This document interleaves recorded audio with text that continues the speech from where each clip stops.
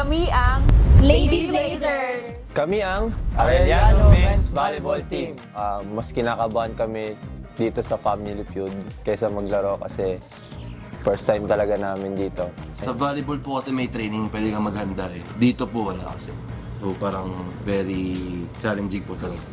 iba po kasi sa volleyball, physical po. And dito po kasi parang more on mental. Thinking. Ganun. Pares naman po may camera pag game pero mas grabe po yung pressure dito.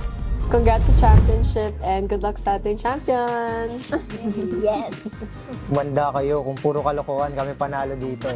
Good luck sa atin. Abangan kami sa Family Feud!